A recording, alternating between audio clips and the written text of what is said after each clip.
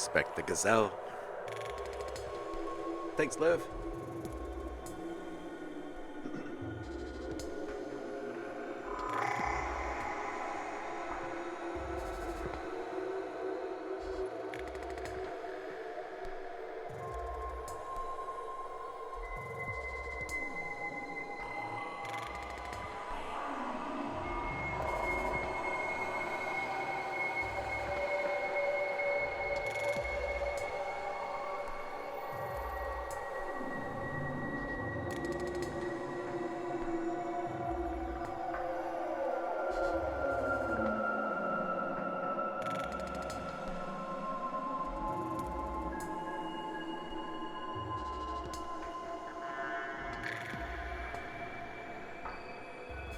Yo! What's good, people?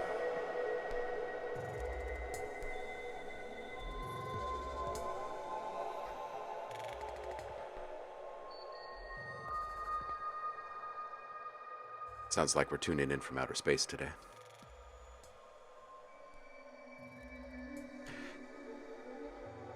Did you all get some good downtime in over the past few weeks? I've missed you. But hey, I had to get some downtime in, so. Paul is here. How you doing, Paul? Tuning in from sunny Maryland. It's dark and gray and rainy here in Portland. Happy barely used 2024 to you as well. Olivia. Liv, I miss you. I love you. I'm glad you're getting a couple of days off and getting to spend it with music. It's great. Thank you so much for the subs. Everybody that hasn't grabbed the free sounds, go grab them. We'll be swapping out that pack this week.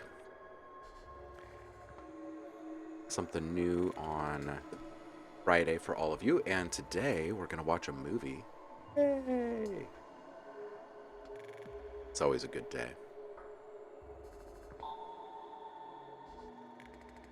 Kyan's here. Welcome in, Kyan. Happy New Year, homie. Hope you're doing well over there. Tremties. How are you, man? Nanowires is here. What's up, Ben?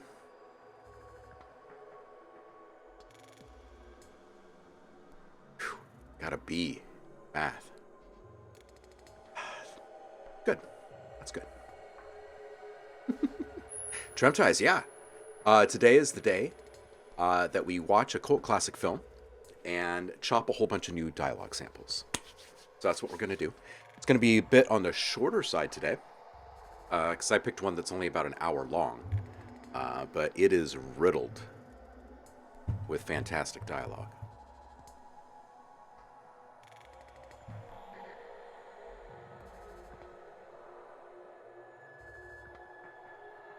A B is super solid. I'd celebrate.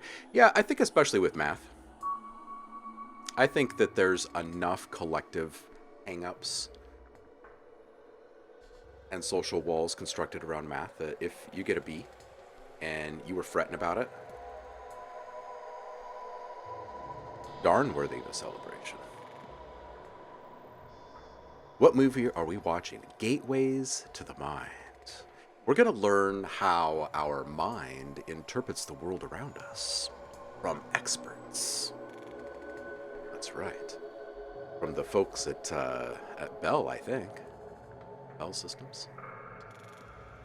It's funny, whenever I say Bell, like, it still resonates really loudly in my head as like a big thing. You know, Ma Bell, West Bell, Mountain Bell, all the bells. They ruled the world here for us in the States. But you say it nowadays and it's like, what? Who? What? I must say that of all of the things that have disappeared over the years, that might be one of the ones that makes me feel the oldest. Like not knowing the names of the big telephone company.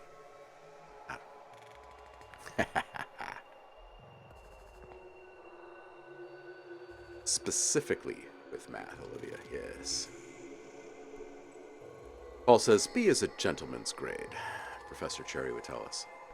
Shows one is comfortable with their position in life and not clawing to get ahead.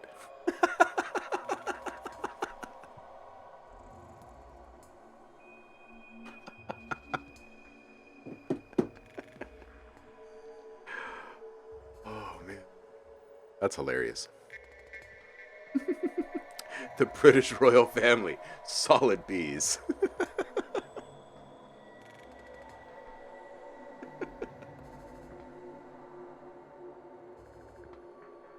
Oh, this is great.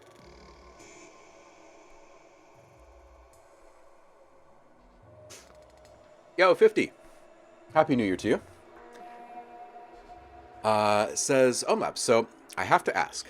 I've been trying push my music, trying to push to get my music and sound out there. How do I do this without having the support system like everyone else has? I've tried Twitter and Facebook. I've even gotten Instagram, even though I have no idea why it would make a difference. So any tips would be helpful. And to clarify, I want to be found, not signed. Okay. So the truth about social media and getting yourself out there as a content creator, right? Especially with audio. Uh, you're posting to your friends, and your friends are not going to buy your stuff, just to be perfectly frank. And most of them are going to say stuff like, cool beat, bro. Nice track. Hey, this is cool. Wow, this is better than I expected. Stuff like that. So it doesn't actually do much, right? Social media in general doesn't really do much for you. It uses a lot of time, and it's a it's a lot of just constant reverberation, right? Echo chamber stuff. So the idea here is to use it as a tool. Groups are probably the most like valuable thing remaining in the Facebook world. Join some groups. Although I will say, when you post links in groups, you are posting to a bunch of people who are also posting links to groups, right? So this oversaturation problem just kind of exists in this ever-present state in social media. I'm not saying don't participate in it at all, because you do want to be active, and if you're trying to get yourself out there and have name recognition, then it's good to have stuff out there. But think about what it is that people are engaging with, right? On social media, right? And why they do, right? Because it's fun or it's interesting to them, right? It's pertinent to them. So that's one thing, is you can put your sounds and or music wrapped up in something like some video, right? That makes it more entertaining and makes it more shareable or enjoyable or surprising, right? And then that kind of stuff can ultimately be shared and found and discovered in more ways, because it's not just this direct beating of the drum of like, hey, I've released something. Hey, I've released something. Okay, so there's that. The other thing is people don't go to social media to find out about new products, right? That they're going to buy, especially with sound, right? So I would really say, where do you get your news? Like when you find out about new sound packs coming out, or what have you, where do you find out about it? And then maybe approach some of those places, right? PR, getting stuff out into news feeds is probably one of the more uncomfortable things at first, but it's really simple. It's just like sending a message to anyone else. People send out press releases every single day. It's a good thing to do. Another thing to consider is that if you are just someone making stuff and shouting into the void about it, it's really not ever going to do much for you in general, like no matter what your tactics are. So I would consider partnering with either, I know you said you want to be discovered, not signed, but a label or a marketplace of some kind brings all of the traffic, all of the business, does all of the marketing for you, and you continue to create. And now you're making money and people know about you. And you don't have to worry about any of that side of the business. And I'll remind you that you are now making money, right? Where before you were not. And I know there's a lot of people that have hangups about like, oh, I don't want to sell my stuff through other people because they take a cut and all this kind of stuff. And my answer to that is, how else are you going to do it? Their business is gaining and maintaining traffic. Your business is what their business needs to survive. That is stuff that can be sold there. Everybody wins. 50. I have no friends. Hey, I think a lot of people feel like they're in that boat in general, and they still make it happen. And it really isn't about friends. It's not always about who you know, especially when you're not trying to get signed. You're just trying to sell stuff, right? The world is a big place, and the interwebs, they're huge, right? All you have to do is find a collective, a community of folks that are actively seeking the type of stuff that you're making. And those places exist. But you do need to move left of center. Like you do need to move away from the biggest, shiniest objects, right? You can't shard out on Spotify. You can't just make something and have it be like the number one selling sound pack on Marketplace XYZ, right? You got to get in there first and you got to start selling some stuff. But it will happen. You just have to do it. And if it's your New Year's resolution to make stuff happen this year, then just do it. Just do it, right? Don't use sound pack. Only once I've heard anything about sound packs is YouTube ads. Okay. Well, even in that aspect, there's nothing even remotely near where I live. Well, that's the nice thing about being online is you don't have to do anything where you live. I've been remote for 15 years. Been trying for years and I keep thinking it's just my music is bad and I need to make it better, so I do. Just like I recently told someone I could have had the skill of Ted Maufa, but still won't go anywhere if no one is paying attention. That is true. That is true. It's not about mediocrity. That's the truth. It's more just about where you are and what you're doing. And if you're doing the same thing, then that's what you're doing wrong. Just to be perfectly blunt, right? If it isn't working, then you ask questions, which you're doing, which is great. And then when you get some answers from some folks, then you actively go out there and campaign in those directions, right? And then if it doesn't work, then ask more questions, right? And figure it out. But I would say that if it's a sound pack that you're wanting to create, then create it. Make sure that you have the complete project, like right down to the art and the branding and the written description, hashtags, keywords, the whole 9 yards, right? All of them. How is the stuff categorized? Are your files named, or are they, numbered sequentially, or what? Like you've got some kind of a system down, right? Now go make a few more of those, right? Don't just make one and then go out there and say, that's what I'm doing now is I'm making packs and start shopping this pack around. That's not going to work. You can put that up on your website, that first one, right? Make a few more, get like 6 or 10 or something like that, right? And now you have something that you can actually take to someone and say, hey, look, I've got a playlist of some sound packs that I have available. I can shoot over a link to a zip if you want to download to check them out. I'm just shopping around in marketplaces right now. You don't have to worry about exclusivity, right? You just put them into marketplaces. And you kick back. Now, I will say that putting your sounds out right now, again, isn't going to do all that much sales-wise, right? You might have a pretty popular pack for like a small amount of time or something, right? But for the most part, stuff moves pretty slowly these days in regards to like single sound packs and stuff, and that's because of subscription services. Right, so if you're going to be looking at marketplaces, look at the ones with subscription service options, right? Loop Cloud from Loop Masters, that type of thing. It just gives people more options of how they're going to buy, and that gives them a greater price value perception of the whole situation. So they're more apt to stay there and continue purchasing, and that's how you do it. That's how you do it. You don't need to post to Facebook, Instagram, and all of that. You're not a big brand. You don't have a way to demand new traffic, right? So you're really just kind of posting to the folks that already know what you're trying to do. And that can just become really frustrating and deflating. So just move in the opposite direction. Wisconsin.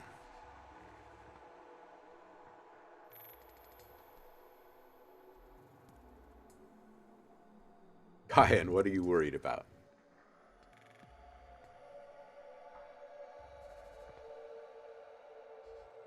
So do sound packs is what you're saying, because I have never done a sound pack ever. I've offered free services for YouTubers and Twitchers, but I just keep running into those that build up my hopes and let them drop. Yeah, don't do stuff for free then. Just start working on the stuff that you really want. Like, that's the thing. That's the thing. And even though I've bumped up against it like thousands of times with folks in my life, I always forget about it because it's just part of me, right? If I have something that I'm aiming for, if I have this goal of something that I want to make, I start working on it right then, right? I'm making that thing. I'm not gonna work up to making that thing, and I'm not gonna like decide how I'm going to start making that thing. You know what I mean? I'm just gonna do it. And if I end up like 5 days into it being like, I'm not even sure I like this direction, I'm gonna start over, that's totally fine for me. I don't feel like I'm lacking progress or anything. I can always do something else with that content that I've set to the side, but I'm making this progress, right? And I have this goal. No one's going to move me from the goal. So I think about it differently, just naturally. I think about it as I make this stuff. I'm going to make it no matter what. Now, when I'm done making it, what am I going to do with it? Am I going to sell it on my own, or do I want someone else to sell it? Right? Is this going to be a long-term thing, a short-term thing? What is it? I'm going to make it no matter what, right? So if that is what's coursing through you, then you probably have whatever it's going to take to get the um, momentum going, right? Because it's really about persistence and stuff like that mostly, right? Once you have the thing and people can see it and touch it and hear it and taste it and all that, then it's a thing. And then everybody wants it, right? But until then, it's just something that's being talked about or wanted. Um, and it just doesn't, it's not tangible. So you just got to make it. You just got to make it. If it's really what you want to do, you just got to do it. And it really doesn't matter where you are. It really doesn't matter where you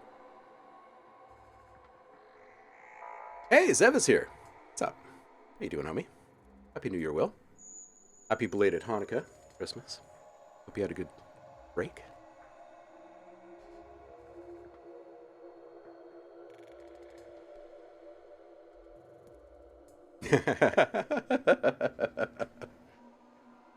$50, right? Yeah, having required classes for things around the things that you want to learn about is kind of like almost this obscene expectation nowadays, right? If you want to learn music and move on.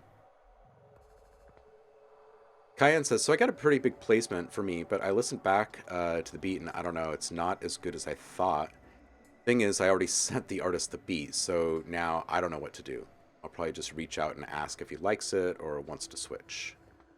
So whenever I deliver anything to anyone, I always say, hey, if there's anything, even a small thing, you just shout back and I will make it better. And I leave it at that because you will always be a greater critic than those around you for your own things. So you may have delivered something that you're looking back and thinking, it smells a bit like trash right now.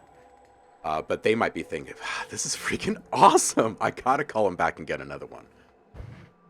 Right? All right.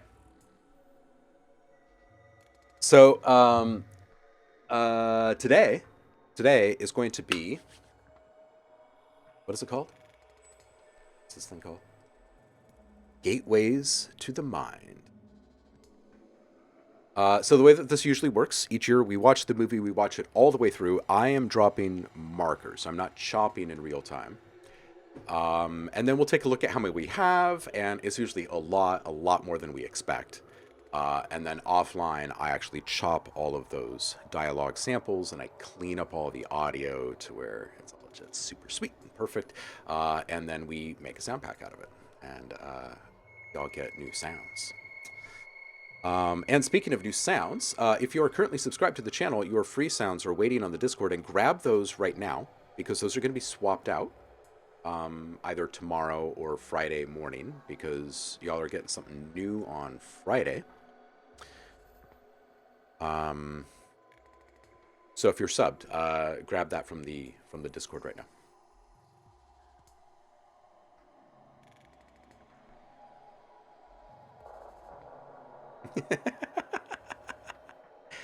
$50. See, right now you're thinking in the current mindset, which is we all have the entire world at our fingertips, basically. Like we have a way to get whatever we want business-wise done in a matter of seconds, really, and on the cheap. Usually, we don't need to know all of these things or want to know all of these things. And it doesn't necessarily...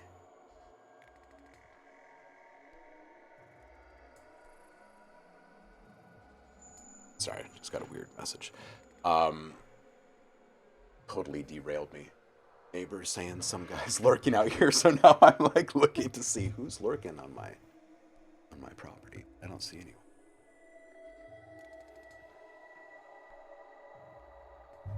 Sorry. Completely derailed. Will, it's you. Yeah, I know. It's like I'm like trying to read this while I'm talking. I'm like, wait, what? Yo, there's some dude out front your house trying to get his cat. I think it's the guy that lives up on a corner. What? Uh,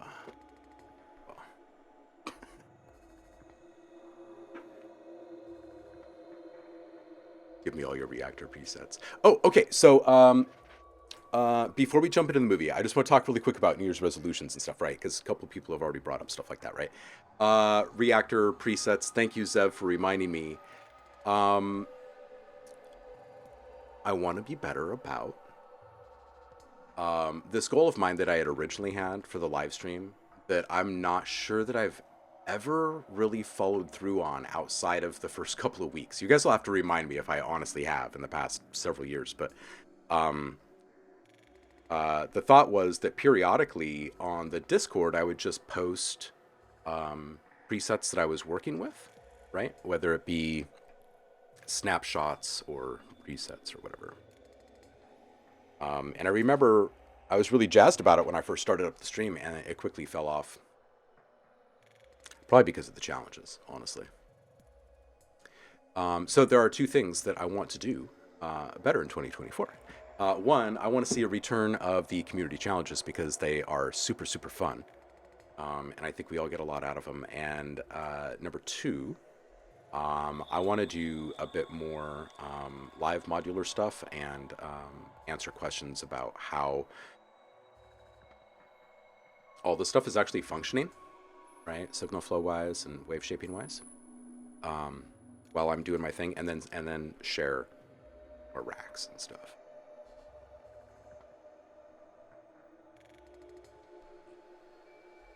Yeah, and those streams will have to be kind of sprinkled into everything because everything else is going to be bigger projects this year. So bigger, more substantial size. So they're all going to take a little bit longer to produce. So we'll need breaks. We'll need fun reactor breaks. So anyway, back to this resolutions thing because this blew my mind, and then we're going to watch this movie. So being a parent, right? There's the world of parents, right? You're like constantly talking to folks that you may otherwise not talk to or ever come in contact with, right? And you end up forging these bonds, right? These friendships, and so we're hanging out. It's a play date. It's New Year's Eve day. We're over at their place, and he asks me, "Hey, are you guys doing resolutions this year?" And the kids are upstairs playing. And I'm like, we've talked about it briefly a couple of times, and he's thinking maybe he might be into that. And he was like, yeah, I'm not sure when to introduce this to the kids, right? This idea of like New Year's resolutions, right? And I remember thinking, like, when I'm younger, like New Year's resolutions, they're kind of stupid, but they're also kind of fun, right? And then they start to suck when you get older, probably because we start failing at them or something, not following through. Anyway, so I say, hey, you know what? I'll bring it up and I'll report back because my kid's a year older, right? So we're doing everything for it. So I bring it up that night, New Year's Eve night, and Nico looks at me, and he just kind of gets this kind of nonchalant look on his face, and he's like, "Oh yeah, resolution." And his thoughts kind of drift off for a minute, and he looks in the other direction, and then dude starts spilling out the most self-aware, profound self-improvement desires I have ever heard. I mean, he got through like the first 15 or 20, and then he said, I have more. And they were profound. They were like, I want to be better about getting frustrated about certain things. Like when I'm playing something or working on something, I want to be more aware of the stuff that doesn't frustrate me. So I know what I can turn to when I'm frustrated. And I'm like, wow, I am blown away right now. Like, one, you're incredible. Two, it's making me feel like a pretty good dad, like listening to his emotional intelligence, right? But like, he's turning 7 this month, and I'm listening to him, and I'm like, man, you sound more stable than most adults. Uh, oh man. Okay, I've completely deviated off course. Let's wrap up reading the chat, and then we're gonna jump into a movie. But yeah, I'm sure the look on my face was just classic when he was like, "I still have more." I'm like, I'm dumbfounded over here. 50 says, "My theory, there is still sounds out there that's yet to be created or found, so they can't rightfully state that everything has been made." Yeah, that is correct. There are plenty of things. Plenty of things. You don't even know what's coming next.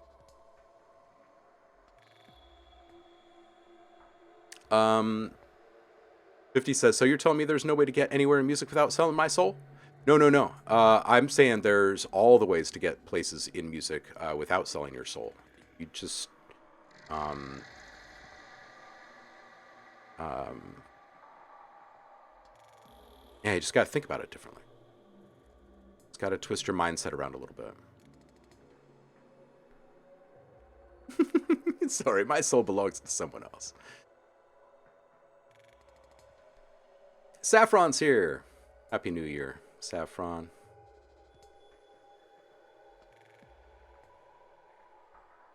Hey, Roku Sai. Happy New Year, homie. Hey, let's open up this movie, shall we?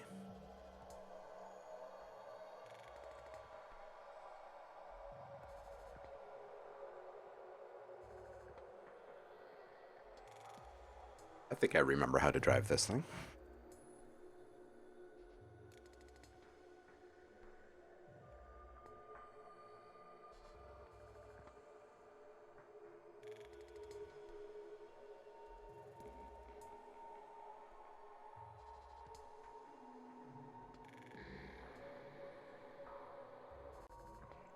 All right, we've got our movie. Got extracted audio. Out.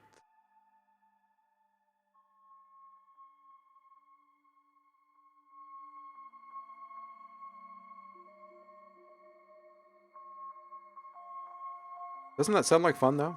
Doing more modular stuff together. Let me turn off this Valhalla Shimmer. We can listen to the entire movie through Valhalla Shimmer. Let's just see what that sounds like.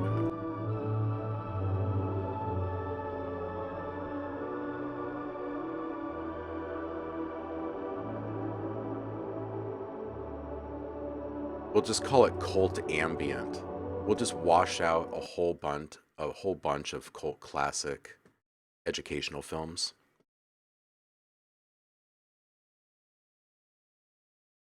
A new genre. All right. Oh, what am I doing with the loop here? All right, so this is called Gateways to the Mind. And like I said, I'll be chopping as we watch. Or I mean, I'll be marking as we watch, so I won't be stopping to chop. I will do that offline after uh, the live stream.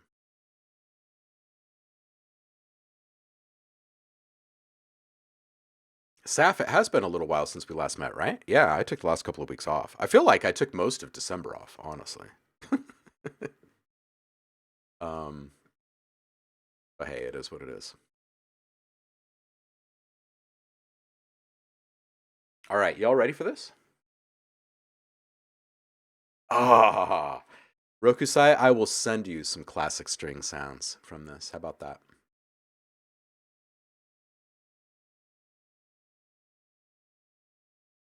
Ah, Paul says, is this a movie or what one teacher would call a film strip? This would be more what we would call a film strip. It's a 1 hour documentary.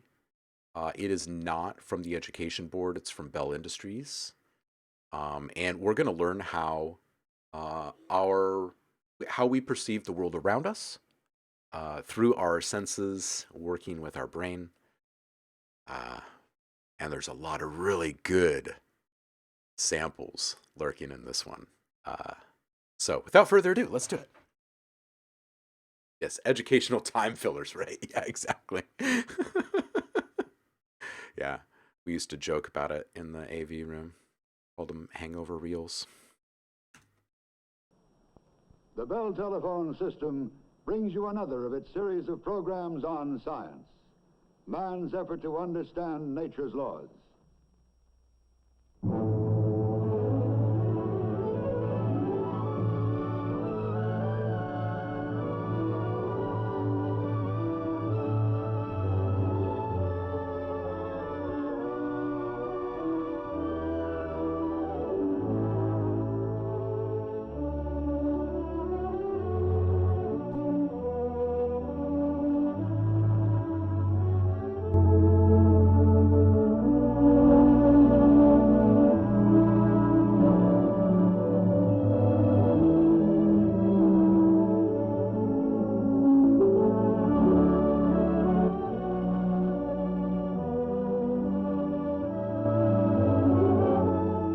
Soundstage, with its gadgets and equipment, will serve as a sort of workshop in the telling of our science story. The human senses, how they work, and what they mean to man.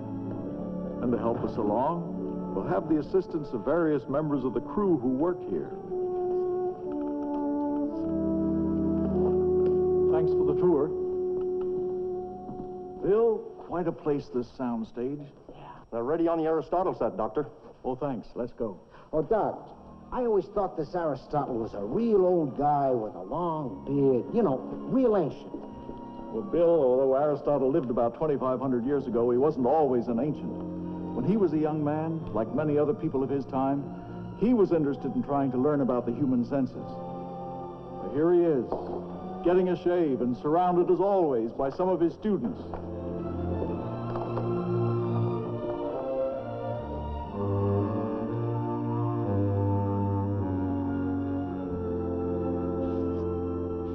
Certainly, there is nothing more distressing to the human senses than a dull razor.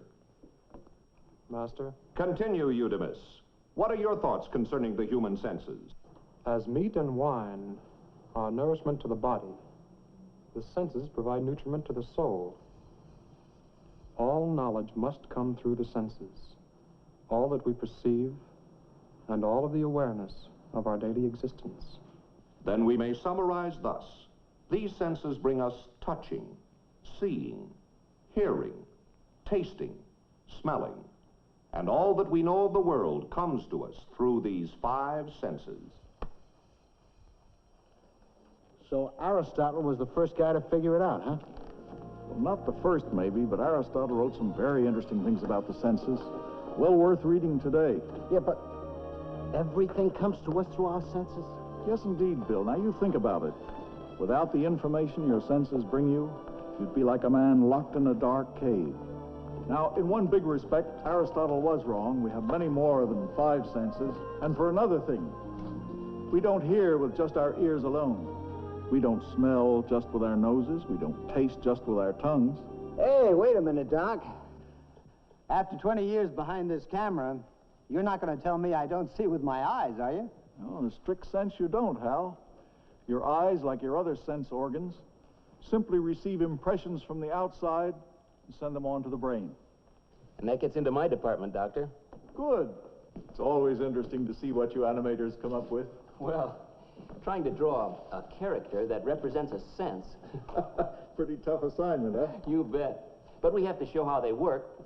So we finally came up with our old friend Mercury, messenger to the gods. But a kind of a wiry, electrical Mercury. Very quick, responsive. Number one supplies us with a big percentage of our information. Reacts to the air vibrations we call sound. One of the two chemical senses. Another chemist, taste, specialist, reacts only to salty, sweet, bitter, and sour. responds to changes in surface or skin conditions. So there they are, the familiar 5. But not like messengers, really. More like dispatchers, dispatching information through the network of the sensory nervous system. Let's see how touch does it. Okay. Now let's take the tip of the finger. That's where the sensory endings of touch are most plentiful. When the skin touches something, our friend here dispatches a sort of signal to headquarters.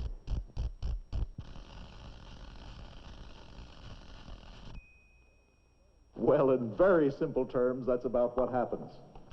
But how that signal gets to headquarters in the brain, that's the first part of our big story. Take care, Paul. Within our bodies is a marvelous network of nerves. Nerves that carry the signals and carry them to the brain. Carry the signals? But how, Doc? By electricity. See, the nerves of this network are made up of the long, thin fibers of living nerve cells that can make their own electricity. Luigi Galvani, experimenting with what was then known as animal electricity, accidentally touched the big muscle in the leg of a frog with 2 pieces of metal that were in contact with each other. The electrical stimulus caused the frog's leg to jump. That was almost 200 years ago. And the arguments that grew out of Galvani's experiment led to Volta's discovery of the principle of the electric battery. Doc, don't tell me I got an electric battery somewhere inside of me. No, not batteries, but nerve cells. Hundreds of millions of them, each capable of making electric charges. Bill, turn on this machine, will you?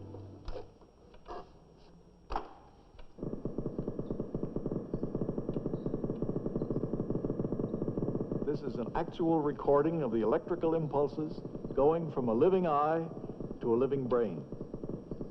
H.K. Hartline of the Rockefeller Institute for Medical Research, who made this recording, is studying patterns of impulses in the optic nerve fibers and how these patterns serve as information for the brain. These impulses race through our sensory system whenever sense receptors trigger electrical discharges into the nerve fibers. Each nerve cell passes the impulse along by discharging its electricity to fire the next cell in the chain. The impulses jump along at speeds up to 100 miles an hour or more. These living cells are self-charging. They recover and are ready to fire again in a tiny fraction of a second. Doc, then this nerve network can carry all the different signals from all the different senses. Yes, that's a funny thing. The senses are all different. The signals are all alike. Yeah, but then how could the brain know which sense is sending the message? Bill, you've just asked the big question. That brings us up to the brain. It's the areas in the brain, the specific areas where the signals end up, that tell us whether we are touching, seeing, hearing, tasting, or smelling. Ever since Johannes Müller, a German physiologist of the 19th century, recognized this, scientists have been trying to understand how the brain transforms information it receives into action, sensation, and thought. After all, it's not the easiest thing in the world to look in on the actions and workings of a living brain. Maybe that's where the animator has an advantage. He can invent one. That's an interesting idea. Look, here's just a few of the hundreds of sketches that we waded through, trying to make our drawings agree with your facts. Couldn't find a place for those 12 billion nerve cells, huh, Gene? No. We soon realized that the best we could hope to do was map a part of it into a kind of electronic headquarters. This is our latest try. And it shows up pretty well on this enlarged drawing. Most of the nerve impulses enter here. From the spinal cord. Uh-huh. And they pass through here to this relay center at the base of the brain. Yes, that would be what is called the thalamus. And the impulses go on upward to their destination. Yes, their destination in the gray outer layer of the brain called the cortex. We've drawn electronic tubes to indicate the areas where the messages come in. Oh, here's a better view. Now, you see, if the impulses came from the eye, they'd come down through here. In the same way we've set up tubes for the ear, nose, tongue, touch, and all the rest. And these electrical impulses come alive as pictures on what we call the master receiver. And I suppose the smaller screen represents the memory section. Right. Impressions are recorded and stored there for later reference. Now here on the master dispatching board, we transform sensory information into conscious action. Walking, talking, and so on. All right, let's see this electrical headquarters of yours in operation. Well, Lou's in charge of the making it work department. So Lou's the one who really has to make these drawings move, huh? Well, I do the thinking and he does the work. Thanks, Dad. Well, Doctor, we've animated a little sequence here about a character we call Joe Commuter. Here he is, undisturbed by any outside stimulus, like that 7:15 special he takes 5 mornings a week.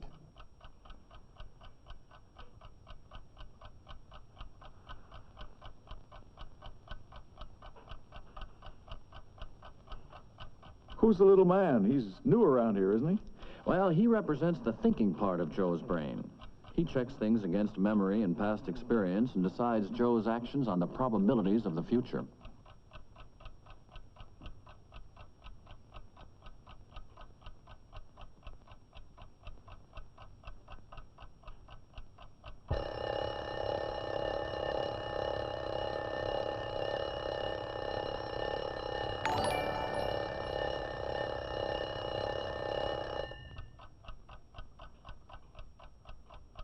Joe?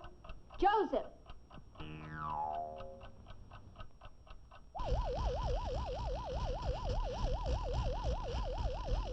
Next on the agenda, breakfast. Gotta have your coffee.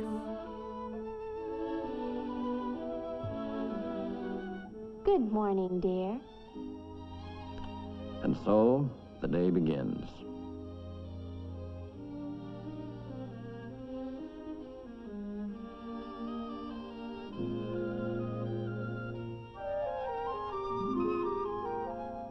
What a beautiful day. It's nice to live in the country. I think I'll walk to the station. Well, what do you know? Wild strawberries. They used to taste wonderful when I was a kid. Hold it right there. Now let's back up and break that action down into slow motion and see what happened. The first thing Joe has to decide is whether these really are strawberries. Now, that's where the eye comes in. Hear that guy fighting back a yawn during that dialogue there. They look familiar. Let's check.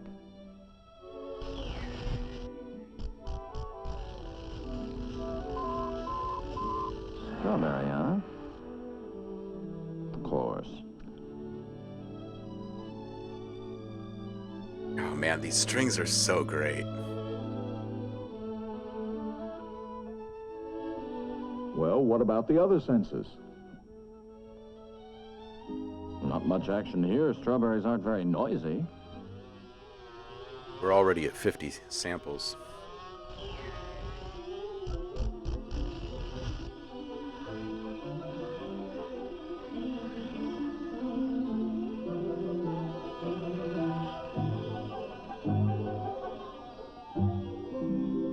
Right, Roku? Yeah. Meanwhile, touch is checking up on everything coming in contact with the skin. They're gonna sound great in the sampler. And so headquarters is informed. The berry is picked. Wait a minute. How about checking with the lab? Sense of smell. Aha. And that worried look is natural. After all, how do you describe the smell of a strawberry? Stimulus dispatched. Analyzed, okayed by headquarters. Go ahead, eat it. Taste it. Another chemist gets into the act. Taste this time. How is it? Should be sweet.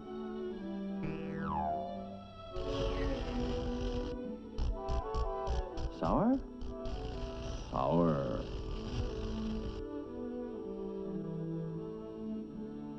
Well, a lot happened in those few moments. And Lou, what was it that triggered all those little sensory characters into action? Well, the light from the strawberry carried the stimulus to the eye. Bee buzzing stimulated the ear, and the chemical reaction on the nose and tongue stimulated the sensory endings of smell and taste. Stimulus. That's the key word, stimulus. Is that film ready? All set, Doctor. Fine. Let's take a look at it. It's the key word because all forms of life respond to a stimulus. It's one of the things that all living creatures have in common. Turn it on, Bill. Just as human beings with their complicated sense organs and nervous systems respond to the stimulus of touch, so do the simplest one-celled animals which can be seen only with a microscope. This is an amoeba. These various single-celled animals have, of course, no specialized sensory cells or nervous systems, but they lead a busy life in their microscopic world. The first important groups of multi-celled animals have a simple nerve network connecting individual sensory cells and are particularly sensitive to touch.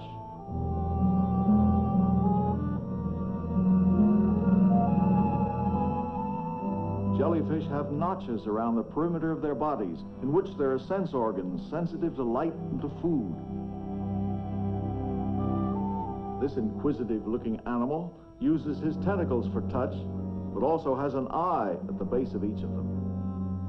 These more complex animals have the sensory cells grouped together into sensory organs, connected by a nervous system with a primitive brain. In the insect world, you may find many surprises. The hearing organs of the grasshopper are on the side of his abdomen, and he tastes food even before he eats it, with small appendages outside his mouth. Most insects have organs for both touch and smell on their antennae. In some insects, sight is more important. The dragonfly has unique compound eyes that practically cover his head. Fish can taste all over their bodies. Like other animals, their sense organs developed according to their particular needs. The chameleon can look in two directions at once because each eye works independently of the other.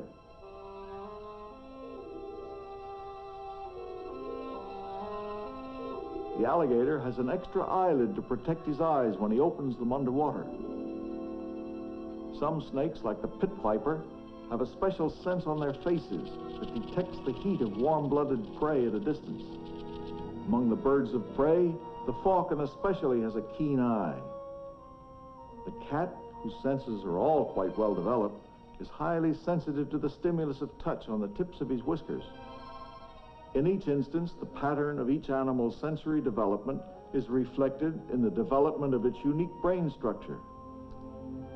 Compared to those of many animals, man's senses are much less acute. He can't see like a falcon, smell everything a dog smells, but man lives by his wits as well as his senses. Man, and only man, possesses a brain that gives him the capacity of imagination and thought far beyond the limited mental activity needed for daily survival. And only man has developed a singular ability to speak, to reason, and to plan far into the future. We're almost at 100 samples already.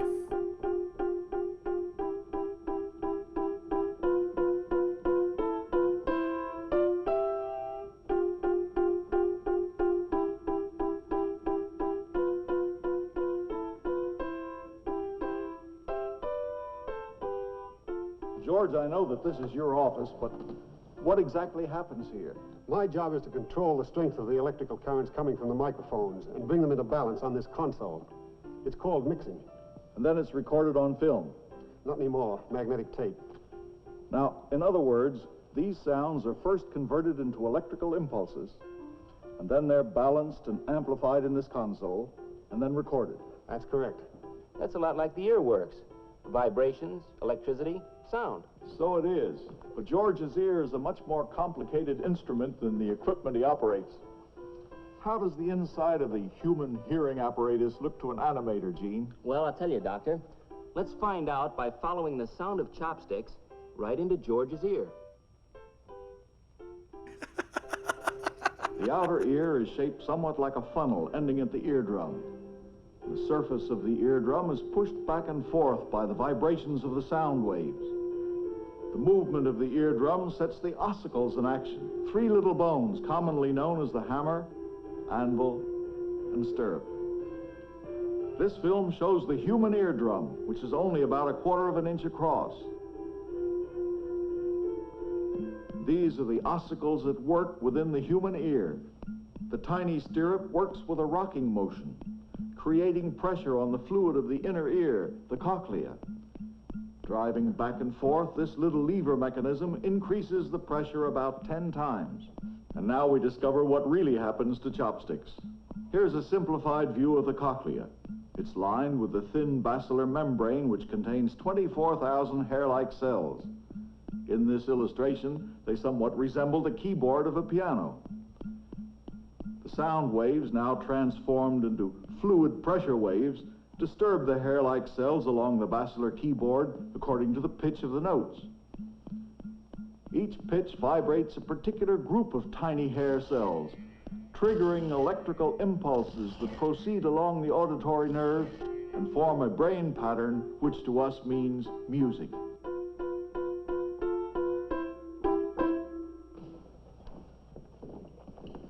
Now, those nerve impulses we heard a while ago, they're the same for, well, seeing or hearing? Well, to answer your question, Bill, come in and help me, will you?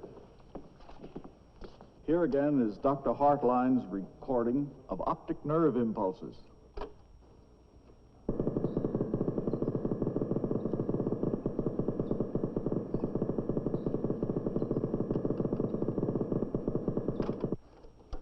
Dr. Lloyd Beidler, Florida State University, has made these recordings of impulses originating in the taste buds.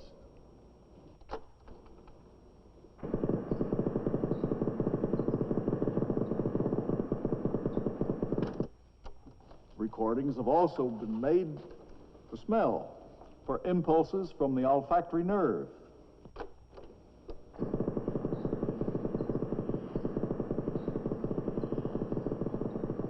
They're all the same. Yes, the impulses for all the senses are the same. There's another interesting thing a little further on this roll here. As the stimulus from outside increases, the number of impulses goes up accordingly. These things were first demonstrated in the 1920s by E.D. Adrian of the University of Cambridge. It's the same with all of our senses. Taste, for instance. This time, the chemicals of food or drink excite the hair-like cells of the taste buds, which line the crevices of our tongues. The remarkable thing is that taste is not just one sense, it's actually four: sweet, salt, sour, and bitter. Seems to me I taste more different ways than just four. That's because when you're tasting things, you're also smelling things. The range of smell seems to be boundless. Seem to be about as many different smells as there are things to smell. And of course, taste plus smell equals flavor. Gene, come on, we have to go over the West tricks. Sure. You know, a fella told me that if you hold your nose, you can't tell whether you've got a little piece of apple or onion on your tongue. Yeah? How about that? That's right. When we taste something, the chances are we also smell it. Hey, Doc, this pop tastes cold. Am I smelling that? Oh, yes, that's another thing. In our mouths, we have temperature senses, which react to ice cream, hot coffee, hot and cold things. Certainly, we find that the sense of smell is most useful to man. Perhaps primitive man, like the animals, made much greater use of it. For most animals, smell is still the most trustworthy sense. Turn on the machine, will you? The delicate fawn uses his sensitive nose as well as his ears to warn of approaching danger. Many stories are told about the moth's extraordinary sense of smell, with receptors located on its most remarkable antennae. Ants, too, have receptors for smell on their antennae. Now we know about the rabbit: big ears, always cocked, and a busy nose, always alert. And speaking of a busy nose,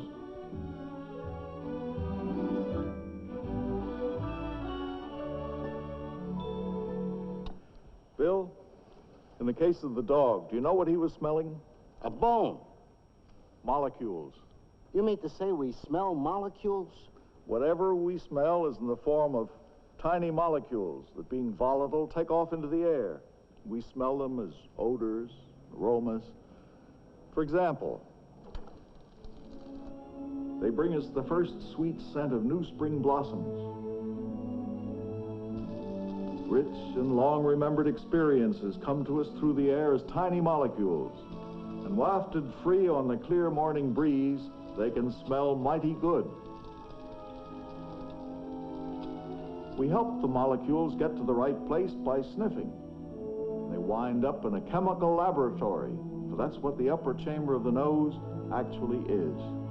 When the molecules reach this chamber, they chemically stimulate the millions of cell filaments on the olfactory patch. And from here, as in the case of the other senses, messages races electrical impulses to the brain, where we experience the sense of smell.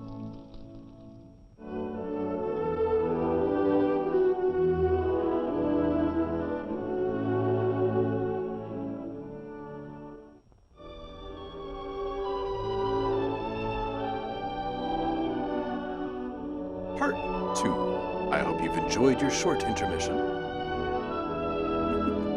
When you have to change the reels on the projector. Doc, before you get to the science of how we see, I'd like to introduce you to the big eye. Well, it's true, the human eye has often been compared to the workings of a camera. You step right this way, Doc. Now suppose we start with a lens. Now, why is See that? inside the sunbox. The light coming through the lens is focused on the film. Now, this is the iris, and we can regulate the way it opens and closes to admit various degrees of light. Now, suppose we look at the side.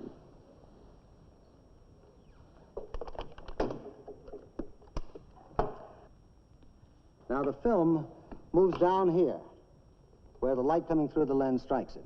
So this is where the negative is exposed. Yes, that's right. Well, Hal, your camera is a fine machine for taking moving pictures. Now let's look at something much more remarkable. This is a close-up of a normal human eye. The periodic blinking of our lid keeps the outer eye surface moist. Up under the lid and at each corner of the eye are tiny glands manufacturing tears which wash away dirt particles and contain an antibiotic to combat germs. The iris opens and closes automatically to control the amount of light admitted through the pupil to the inner eye. Ever wonder what a doctor sees when he looks inside your eye? Well, here it is, the retina, the only place in a living man where some of his nervous system can be seen. This part of the eye compares to the film in the camera. It's on this delicate screen that all objects of our vision are transformed into myriad electrical impulses. This is the blind spot, where the nerve fibers of the retina come together to form the optic nerve, which bundles them out to the brain. There are no light receptors at this point, so it is, literally, a blind spot. Now in this diagrammatic side view, light reflected from an object strikes the transparent surface of the eye, the cornea. The iris opens or closes to the correct aperture. The light passes through the lens, which brings it into focus on the retina. This curved screen contains over 125 million tiny light-sensitive cells, each capable of dispatching an individual message to the brain. In this photomicrograph of the cross-section of the retina, we can actually see some of these cells. This depression is the fovea. Here we have our sharpest vision, concentrated in an area the size of a pinhead. This is the visual center of the eye. Looking at something means catching its image on the fovea. We have two kinds of light-sensitive cells, cones and rods. The cones in bright light transmit our color vision. In dim light, they cease to work, and the rods take over. Rods transmit our vision only in black and white. This is why, as daylight deepens into dusk, colors dim and fade away.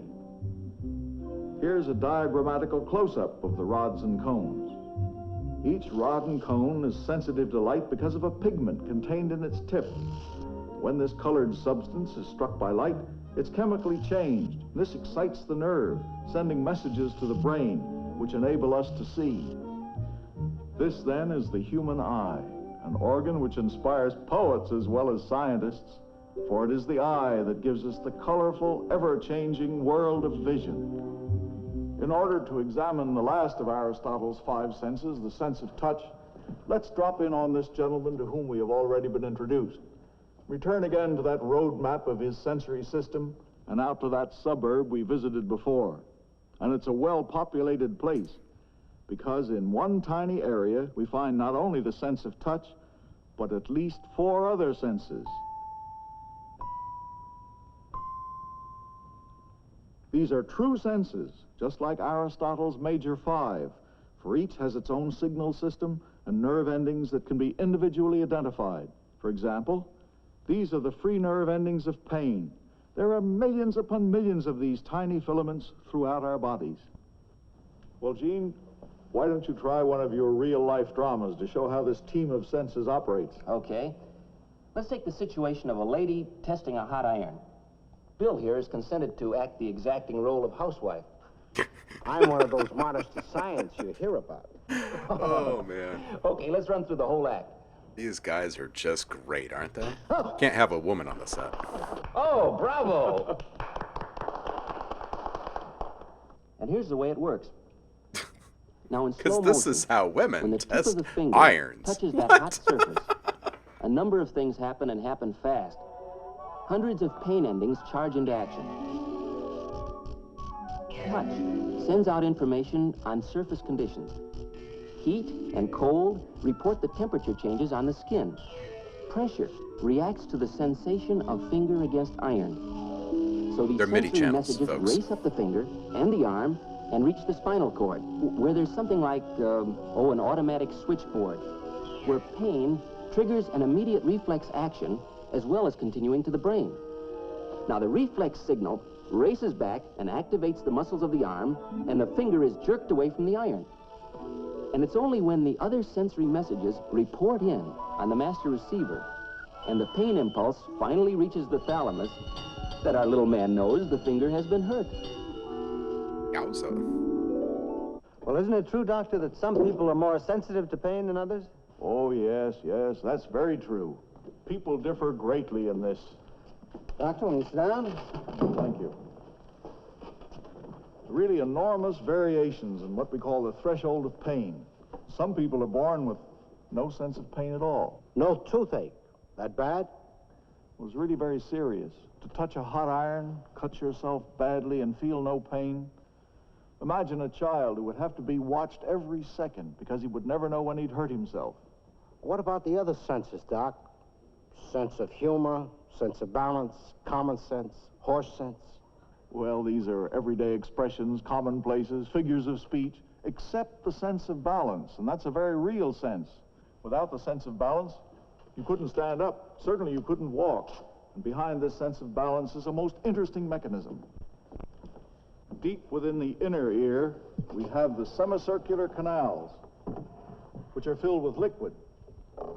Associated with the lining of these curved channels are minute hair cells.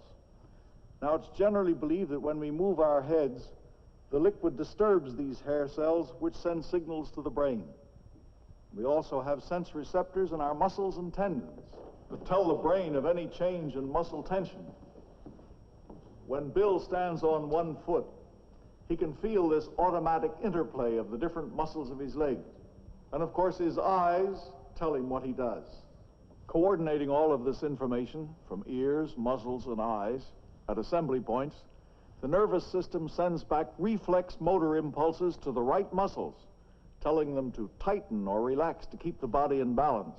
This automatic feedback between the incoming signals and the outgoing compensating actions is what enables a cat to land on its feet or an acrobat to spin through the air to a precise landing.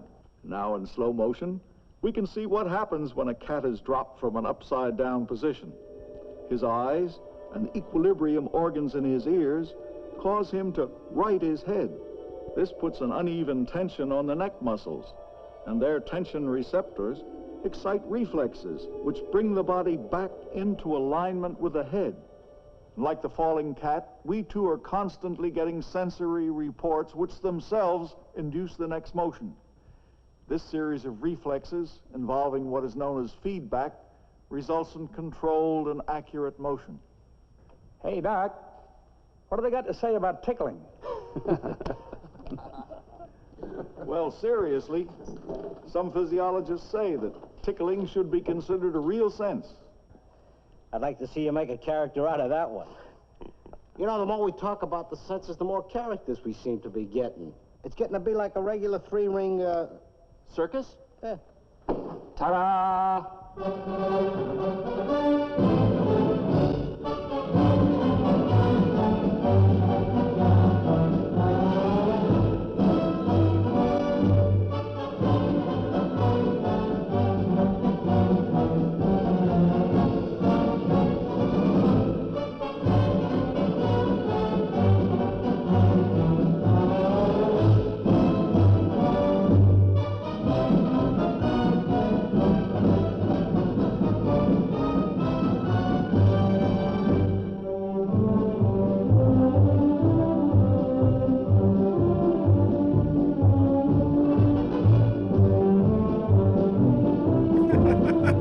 Roku.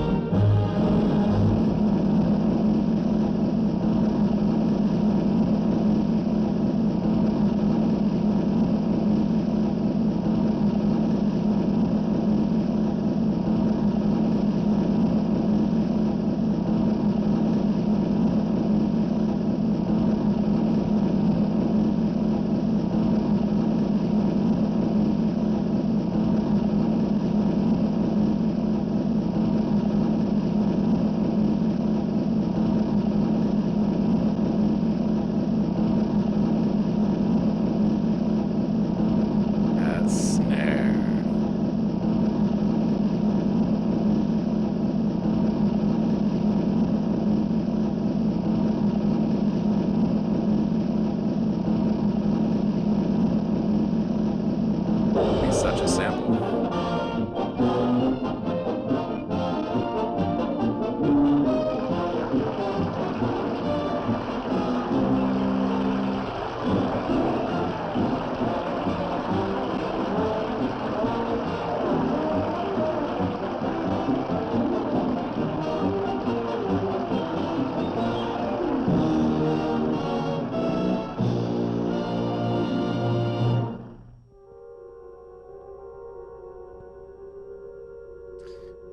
We have surpassed 175 samples. Seems to stop and go back again. But it doesn't. It goes all the way around. It's an optical illusion. But even though you tell It's me, true, my Dave. eyes still won't believe it. Well, let's attach a bar to the framework and see what'll happen. The trapezoid still appears to move back and forth, but the bar goes around.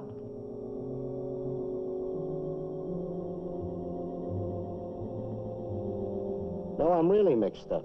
Well, let's move up to an overhead view and see what happens.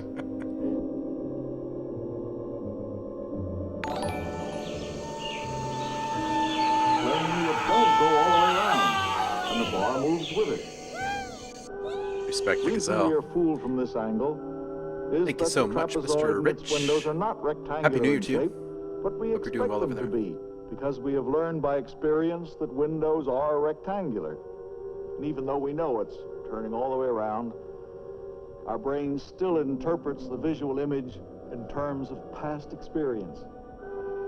The yellow scarf hung on a short wire from one end of the trapezoid moves around in a ghost-like circle, while again, in spite of what we know, the window seems to stop, move back and forth.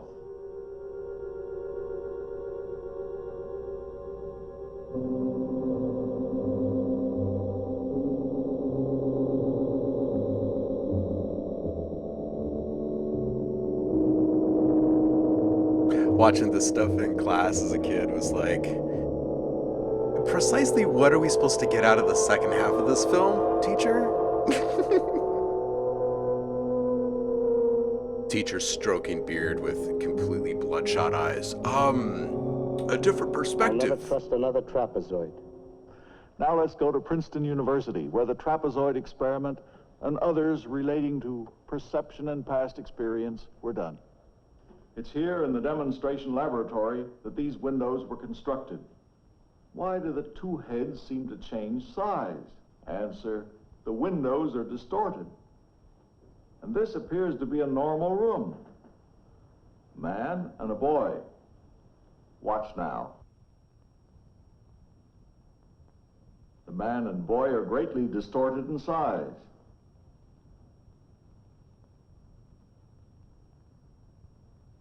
The answer is obvious if we look at the room from another angle, where we see that the room is distorted and the people are normal.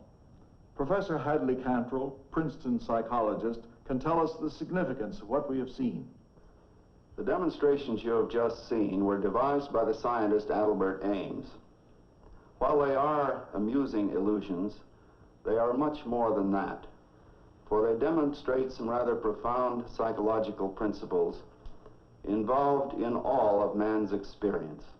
They show that our experience is much more than a simple reaction to something outside, and that we have to learn through our own past behavior the significance of the impressions our sense organs bring to us. My Again, mice this tell leads us me to it's understand that the trippy. world we know is created in large measure from our past sensory experience.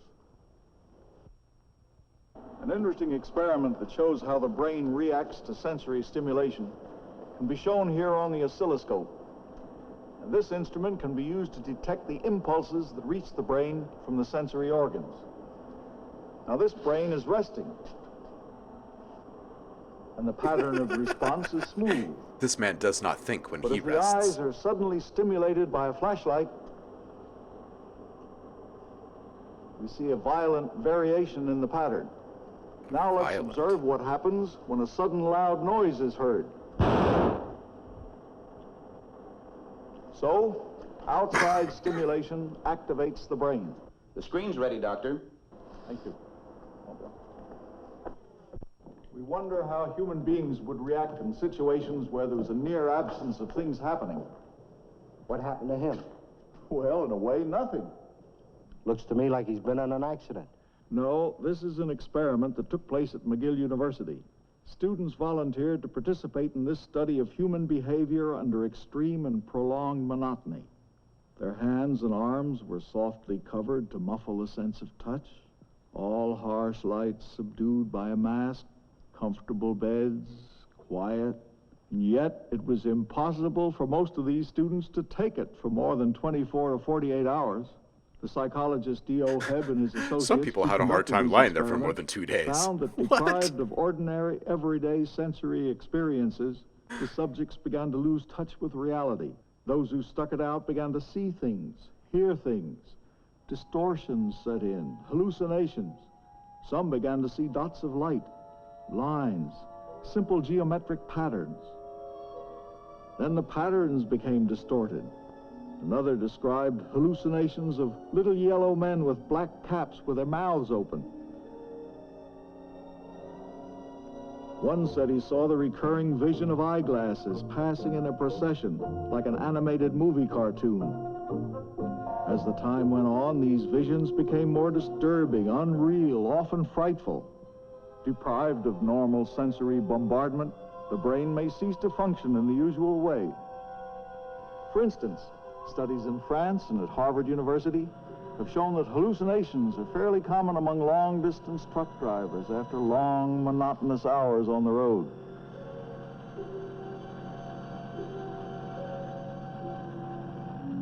The cockpit of a jet aircraft droning along in the stratosphere can duplicate very closely the hypnotic monotony experienced by the students at McGill.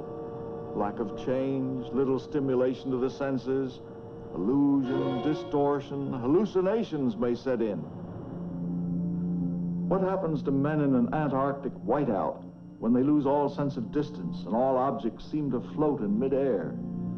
What is the strange exhilaration known as rapture of the deep that can cause divers to discard their breathing apparatus? These are problems that scientists in and out of the armed services are studying. This centrifuge machine, for example, helps to determine how the human senses function under abnormal conditions. Moreover, we are living in an age when man is extending his senses into far-reaching realms that he once only imagined, to the sources of meteors and cosmic rays. In England, a radio telescope, like a huge electronic ear, can catch faint radio waves broadcast from the distant galaxies and nebulae of outer space.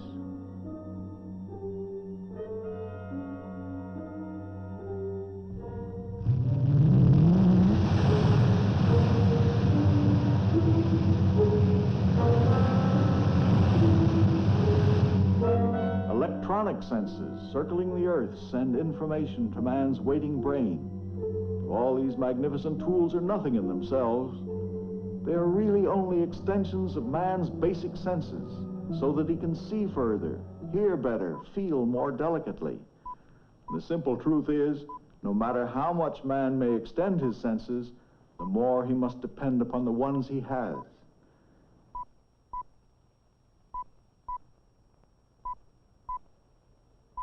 We're stuck so being human. inevitably, we return to our basic theme. We exist through our senses. We are bound to reality through our senses. We learn, we survive, we grow through our senses. In laboratories, hospitals, universities, young men and women, many of them still studying for their degrees, are investigating, exploring, dedicating their minds and imaginations to the adventures of research, studying the science of our senses, the mechanism of taste and smell, and the brain itself, the center to which the senses report, is being studied in every country of the civilized world. The final wonder is that the experience brought to our brains by the senses is recorded there for the rest of our lives. Dr. Wilder Penfield, director of the Montreal Neurological Institute, will tell us of one of the truly great physiological discoveries of the 20th century. Thank you, Dr. Baxter. During my life as a brain surgeon, it has been necessary to operate on a good many men and women, a good many hundreds, and to expose the brain under local anesthesia with the patient conscious. In those operations, it is a useful, practical procedure to stimulate the cortex electrically. These are not experiments. In that process, we have stumbled quite accidentally on the fact that there is recorded in the nerve cells of the human brain a complete record of the stream of consciousness. All those things of which a man was aware in any moment of time are recorded there, and all the sights and sounds which he ignored and the thoughts which he ignored are absent from that record. The operations are carried out under local anesthesia so that the patient is conscious and can talk. He does not feel anything when the electrode touches the brain with its gentle electrical current. It is as though the electrode touched a wire recorder or a strip of film, and he relives a period of time. When I talk to them afterwards about how it seemed to them, they say it is much more real than any remembering. It is as though they were re-experiencing it. I believe you're about to hear the actual words of patients in response to this stimulus, which they were quite unaware of while they were in the operating room. You will hear them as I heard them. I have a sudden feeling as though I lived through all this before. Now I see them. They're laughing, my friends. And I'm with them in a house in South Africa. They're my old friends. I hear children's voices. I hear them down along the river. I'm sitting in a railroad station in a small town in Kentucky. It's winter and the wind is blowing outside, and I'm waiting for a train. I see the whole thing. A guy coming through the fence at a baseball game. I was watching these two teams play when this fellow came through the fence. I hear a song. I haven't heard it since I was in high school. There it is again.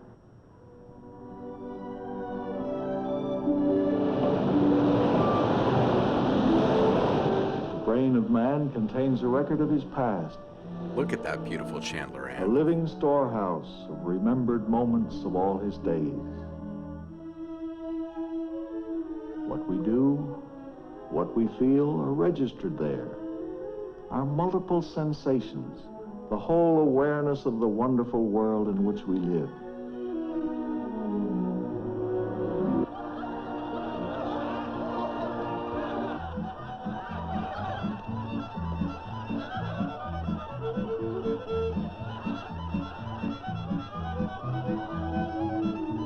So is recorded the total spectrum of human experience, a tapestry woven from the memories of past sensations, ever growing and unique in each of us.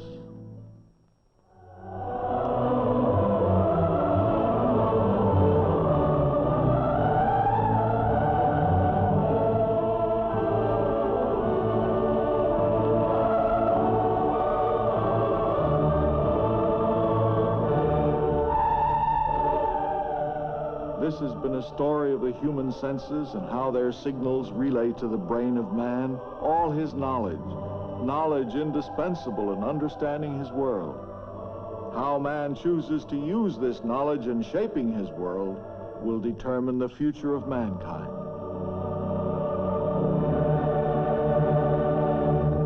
Nice clouds.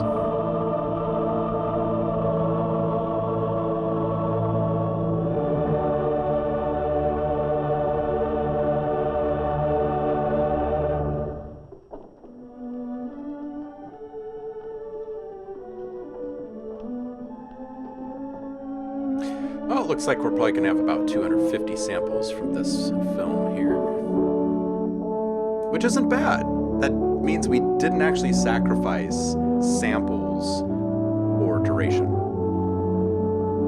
So this thing was only about an hour, less than an hour long.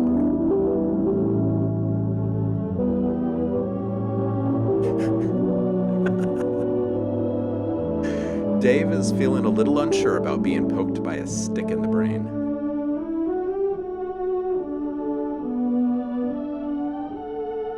Oh, that's so kind, Roku. It's generous.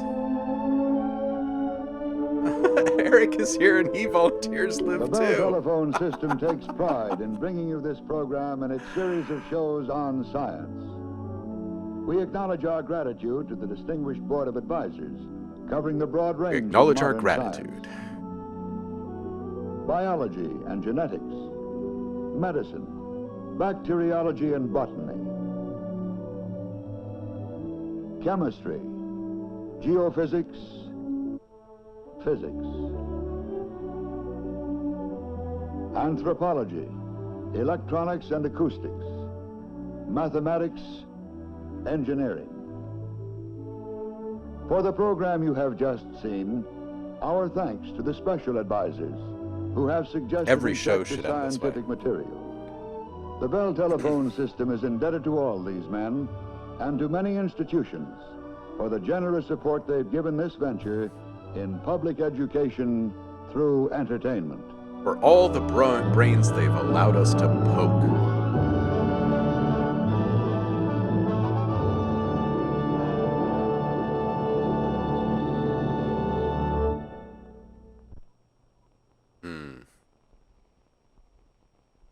How about that?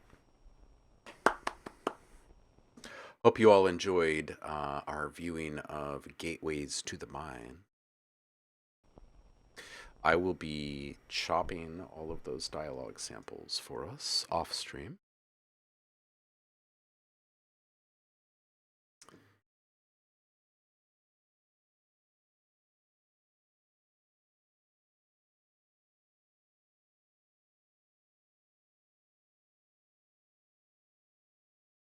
And that way we get a whole bunch of new stuff.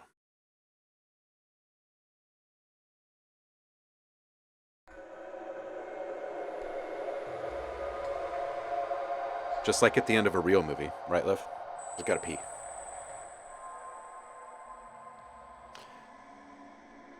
Except for it's not going to be like blinding bright when you walk out of the room when you where you watched the film.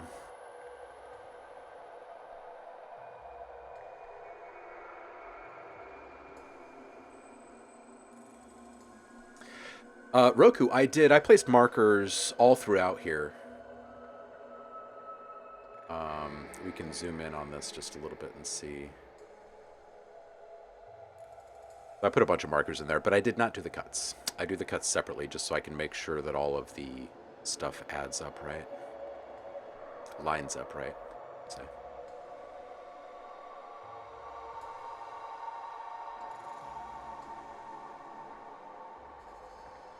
Yeah, it is non-destructive. I get myself a little like I'm naturally latent in my pressing of the buttons because I get absorbed in the film, and I'm like, every once in a while I'm like, oh shoot, yeah, I should have got that. So I like drop a marker to get myself kind of close to it. Most of the time I just end up watching the whole thing again as I work out. So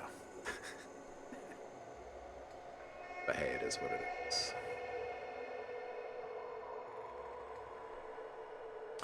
We're going to do a couple of extra dialogue packs a year, I've decided. And I want to do kind of an emphasis on space stuff. And the reason I bring this up is because there's lots and lots of stuff available, like easily available from NASA. But I'm wondering if you guys know about other resources. I know some of you live on the other side of the world. I'm wondering if there are other resources available for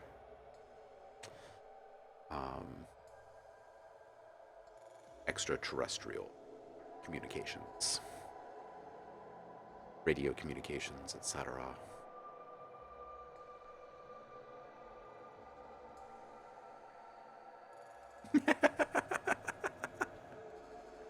Roku, if I was working, I would be in such a different mindset, I think. But I don't consider what I do work unless I'm actually like in a studio or someone's like dangling money over my head. So ESA, ESTEC, those are the European agencies. And do they have archives that I can roam through? That's fantastic.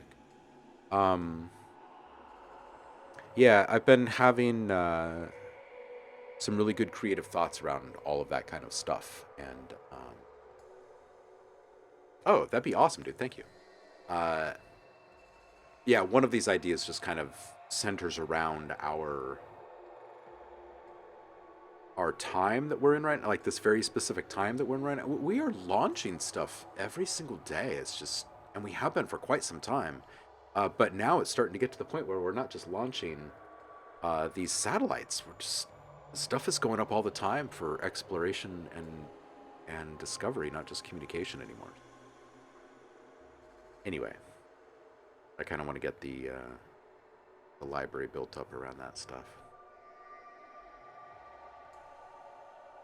Oh, wow. This is in your town.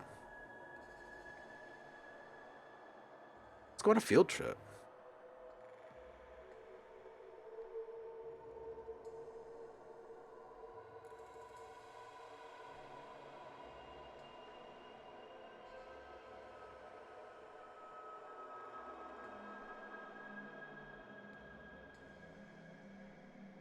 You know, NASA just launched their new streaming thing. I wasn't aware that the European Space Agency had one as well. This is great. Of course they did. It's 4. So what is?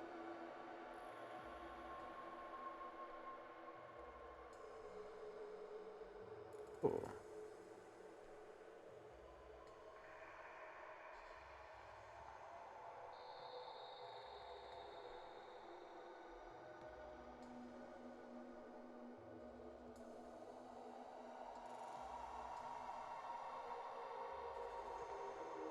Cool. They have terms and conditions right here.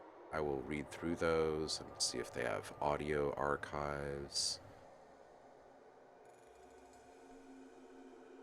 They do a lot of sea testing there on the beach. Sometimes they lock down the beach just to test spacesuit to see if it can handle the right pressure. That's awesome. We've got a bit of the like experimental testing stuff out here too. This is where we have the Columbia Gorge here. It's one of our two main rivers that crisscross through Portland.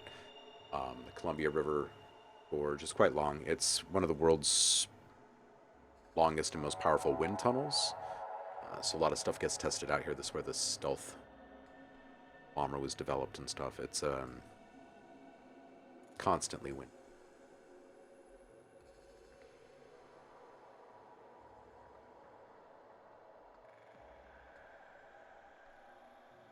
I've got that post-movie feeling.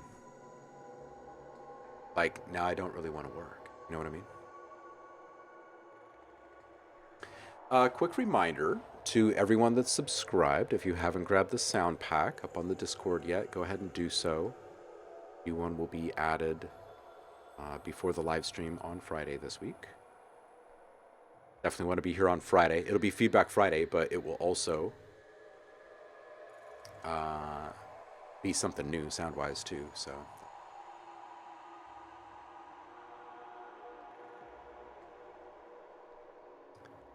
Ooh, nice, Roku. If they're that close, you should walk in there one day and ask them if you could just do like live ambient sets in their place. Dude, I would so love that. I would love to walk into a museum like that and listen to your stuff in there. Great.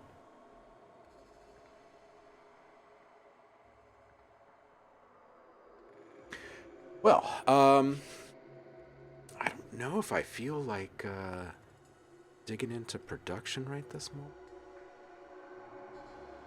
I might take a little break. Let's see who's streaming. Let's see who's streaming right now. That'll help me make up my mind.